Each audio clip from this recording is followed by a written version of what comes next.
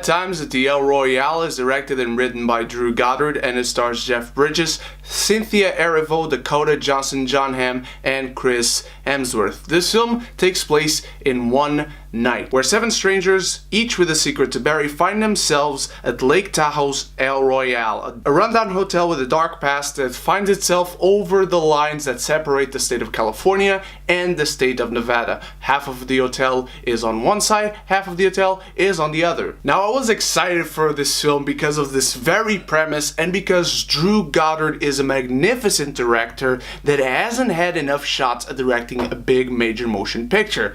This is his chance and he shines. His direction of this film is magnificent. Not only does he direct all of these actors, all of them to magnificent performances, a very terrifying and frightening Chris Hemsworth in all of his Charlie Manson glory, a Jeff Bridges who probably has not been this good ever since Crazy Heart, that jumps the nuance of vulnerability and being broken to the point of madness. Cynthia Erivo, I've never seen her before. She's great in this film, but the biggest surprise and most pleasant one, Dakota Johnson, finally given some very solid material to play with in this film, and she does such a great job. All of them have great chemistry together. All of these characters are so unique, they're so colorful, they're so outlandish in their own way. You cannot help but be curious about each one of them, each one of their secrets, and they all have secrets. Some of them very redeemable, very understandable, very relatable.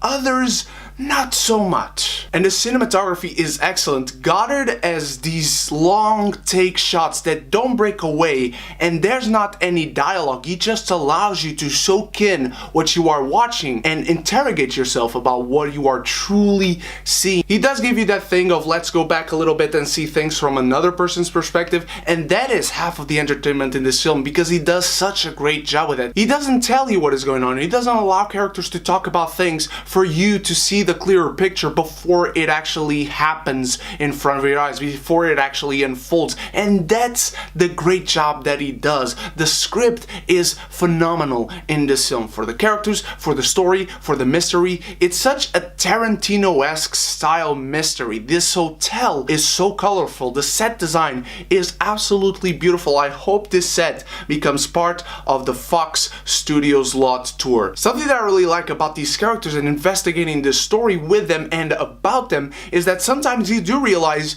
that you are kind of rooting for kind of fucked up people, but still that's half of the entertainment value in this film and half of the merit that Goddard deserves. You can relate to certain situations on one level or the next. Of course, these are outlandish characters, outlandish situations. You of course never kidnapped someone, I hope. But if you did, there's something here for you, my friends. There's laughs throughout the film. The humor is so perfectly injected into situations. It feels so organic. But then there's like these very tense and scary moments, and Goddard again just lets you linger on them, especially in the third act where Chris Hemsworth finally comes in, and that's just a cherry on top of the cake. I do have some minor flaws with this film. The third act really lingers a little bit too much. It doesn't have quite the expert pace that the rest of the film had until then, and one of the characters' backstory really comes at a moment where it shouldn't, really doesn't fit well the moment where it comes in, and you're like, oh, they just remember that they hadn't told this character's backstory, and so now they have to tell it,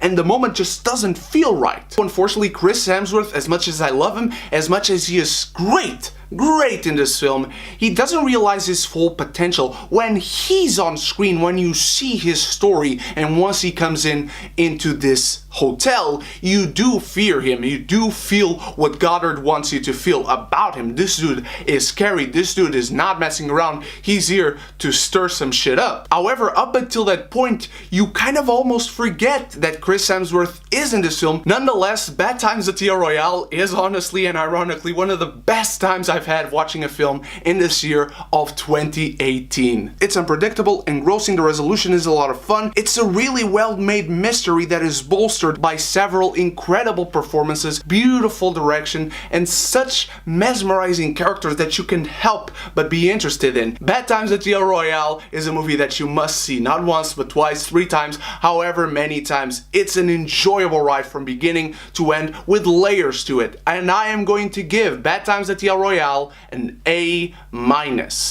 Now, what did you guys think of Bad Times at the Royale? Let me know in the comments below, and let me know who was your favorite character and what character would you be if you were at the Royale. Thank you so much for watching. You guys are the best. I have so many reviews for you guys this week, including my Prisoner of Azkaban review with Larry Chilson from LC Screen Talk. Can't wait to see there, and in many other reviews. So until then, you stay beautiful, you stay geeky, and if you haven't done so yet, click the subscribe button, click the bell so you can be geeky united.